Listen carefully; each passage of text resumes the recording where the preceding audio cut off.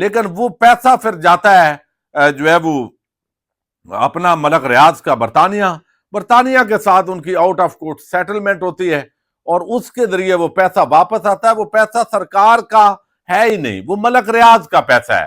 تو بہرحال، لیکن اب سوال نمبر 76 تھا جس کا جواب کو میڈیا کے اندر رپورٹ کرنے پر خاص طور پر روکا گیا تھا. وہ میں جو عمران خان نے جواب دیا نا، اور یہی وجہ ہے کہ جج، اسٹیبلشمنٹ اور حکومت اس وقت مشکل میں پڑے ہوئے ہیں. ان کو پتہ ہے کہ یہ معاملہ جو ہے وہ ہم جس طریقے سے اس کو ہینڈل کرنے کی کوشش کر رہے ہیں، جگ انسائی ہوگی، بے عزتی ہوگی، یہ ساری چیزیں. اچھا، اب جو ہے وہ سوال نمبر 76 یعنی اس کا جواب جو عمران خان نے دیا ہے.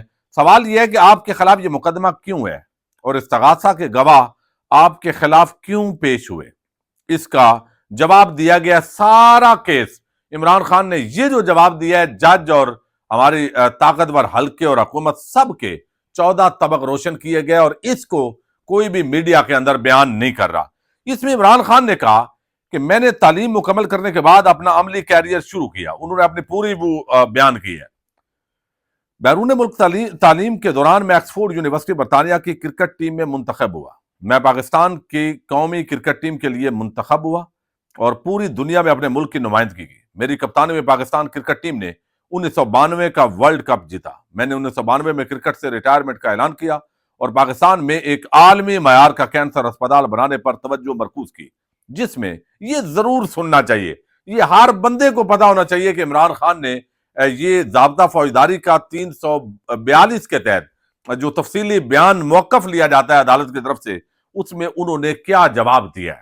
اچھا، اب وہ کہتے ہیں کہ میں نے کینسر اسپتال بنانے پر توجہ مرکوز کی، جس میں میں نے اللہ تعالیٰ کے فضل سے کامیابی حاصل کی.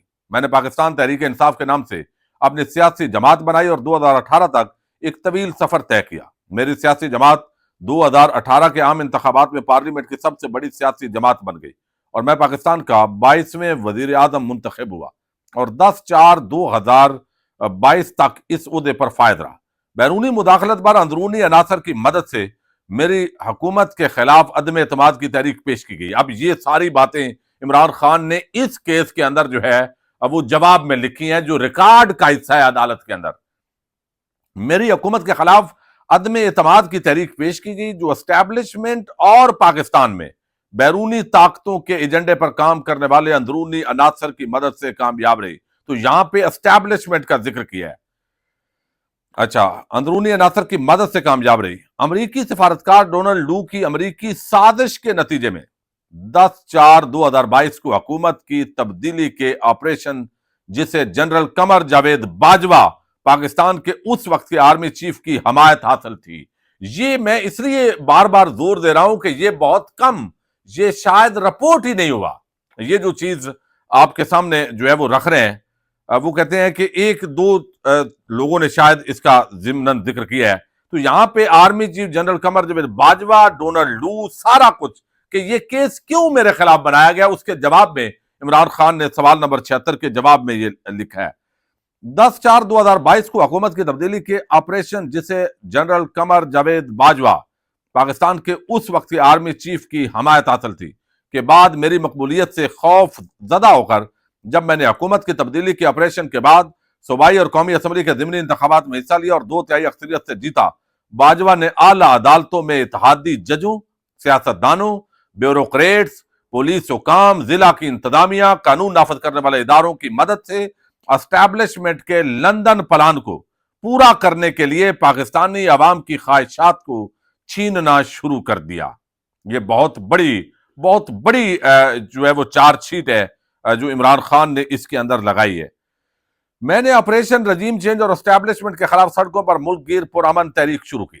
سیاسی حریفوں کی مدد سے مجھ پر، میرے خاندان، میرے رشتہ داروں، میری پارٹی کے کارکنوں کے خلاف جھوٹے مقدمات درج کرنے شروع کر دیے. مختصر یہ کہ پاکستان میں نام نہاد جمہوریت پسندوں اور قانون نافذ کرنے والے اداروں کے ذریعے پاکستانی قوم کے خلاف فاشزم کے دور کا آغاز ہوا. ایک ریٹائرڈ جنرل کو باجوہ کی ریٹائرمنٹ کے بعد پاکستان کا آرمی چیف مقرر کیا گیا. اب یہ بڑی عام بات ہے، یعنی موجودہ آرمی چیف جو ہے وہ سمجھتے ہیں عمران خان کہ یہ کوالیفائی نہیں کرتے اس عہدے کے لیے، بلکہ یہ ریٹائرڈ ہو چکے ہیں۔ اور اب وہ کہتے ہیں ایک ریٹائرڈ جنرل کو باجوہ کی ریٹائرمنٹ کے بعد پاکستان کا آرمی چیف مقرر کیا گیا، جس نے لندن پلان آف اسٹیبلشمنٹ کو آگے بڑھانے کے لیے میری سیاسی جماعت کو کچلنے کے لیے 9 مئی 2023 کو ایک فالس فلیگ آپریشن کیا۔ پی ٹی آئی سے راستے جدا کرنے کے لیے پارٹی میں عمران کو مجبور کیا گیا، ان پر زبردستی کی گئی، دھمکیاں دی گئی، اغوا کیا گیا، غیر انسانی تشدد کیا گیا، چادر اور چار دیواری کا تقدس پامال کیا گیا، خواتین کارکنوں کو ان کے گھروں سے اٹھایا گیا، خواتین کو جیلوں میں ڈالا گیا، بزرگ اور معذور شہریوں کو ان کی عمر اور جسمانی حالت کو نظر انداز کرتے ہوئے تشدد کا نشانہ بنایا گیا۔ میرے ساتھ کھڑے سیاسی لوگوں کو 9 مئی کے جھوٹے فلیگ آپریشن کے بعد جیلوں میں ڈالا گیا اور متعدد جعلی ایف آئی آر درج کی گئی۔ میری بیوی، بہنوں اور خاندان کے دیگر افراد کو جھوٹے مجرمانہ مقدمات میں پھنسایا گیا۔ صرف دباؤ ڈالنے اور مجھے سیاست میں حصہ لینے سے روکنے کے لیے ٹرائل کورٹس کا انتظام کیا گیا۔ مجھے اور میری اہلیہ کو جھوٹے مقدمات میں سزائیں سنائی گئیں، کیونکہ میری سیاسی جماعت سیاسی حریفوں کے لیے ایک چیلنج بن گئی تھی اور اس نے ان کا اقتدار میں آنے کے راستے بند کر دیے تھے۔ ریفرنس سے 6 شریک ملزمان کو نکال دیا گیا۔ نیب حکام مجھ پر اور میری اہلیہ کے خلاف اکیلے ہی مقدمہ چلانے والی عجلت دکھا رہے ہیں تاکہ نیب ریفرنس میں شریک جو ملزمان ہیں وہ پیش ہوں نہ ہوں۔ مکمل کینوس کے بغیر ہم پر اکیلے مقدمہ چلانا غیر منصفانہ، غیر منطقی، اور یہ ساری چیزیں انہوں نے بتائی ہے۔ مزید اس کے اندر بڑی لمبی تفصیلات ہیں، میں اگلی ویڈیو کے اندر وہ بھی لے کے آؤں گا۔ اور اب مختلف اطلاعات آ رہی ہیں کہ شاید جو جج ہیں انہوں نے جو فیصلہ ہے اس پر شاید دستخط کرنے سے انکار کر دیا ہے۔ جو بھی معاملہ ہے، بہرحال یہ رومرز ہیں اور اس طرح کی خبریں جو ہے وہ بھی آ رہی ہیں، اور معاملہ جو ہے جس طرح کا فیصلہ عمران خان کے خلاف لکھوانے کی یا دستخط کروانے کی کوشش ہو رہی ہے، یہ بھی شکوک و شبہات اب جنم لے رہے ہیں کہ شاید جج جو ہے وہ پھر بھی کوئی انسانی رگ اس کی پھڑک گئی ہے یا اس طرح کی چیزیں، یا پھر مذاکرات کا جو اگلی نشست ہے کل یا جب بھی ہوگی، یا جب بھی وہ شاید آج بھی ہو سکتی ہے، لیکن اس کا انتظار کیا جا رہا ہے اور بارگیننگ کے لیے بغیر اس سارے جو معاملہ ہے اس کو جو ہے وہ پیش کیا جا رہا ہے۔ تو آگے انہوں نے ساری جو ہے وہ ڈیٹیلز اسی طرح بتائی ہے۔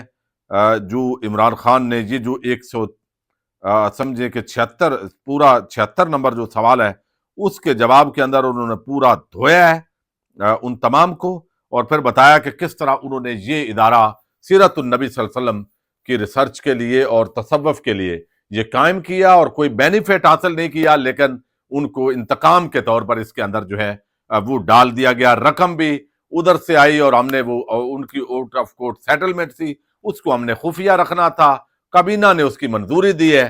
تو یہ ساری چیزیں چل رہی ہیں، بہرحال دیکھتے ہیں اب اس کے پیچھے مزید کیا جو ہے وہ اپڈیٹس آتی ہیں۔ پاکستان زندہ باد۔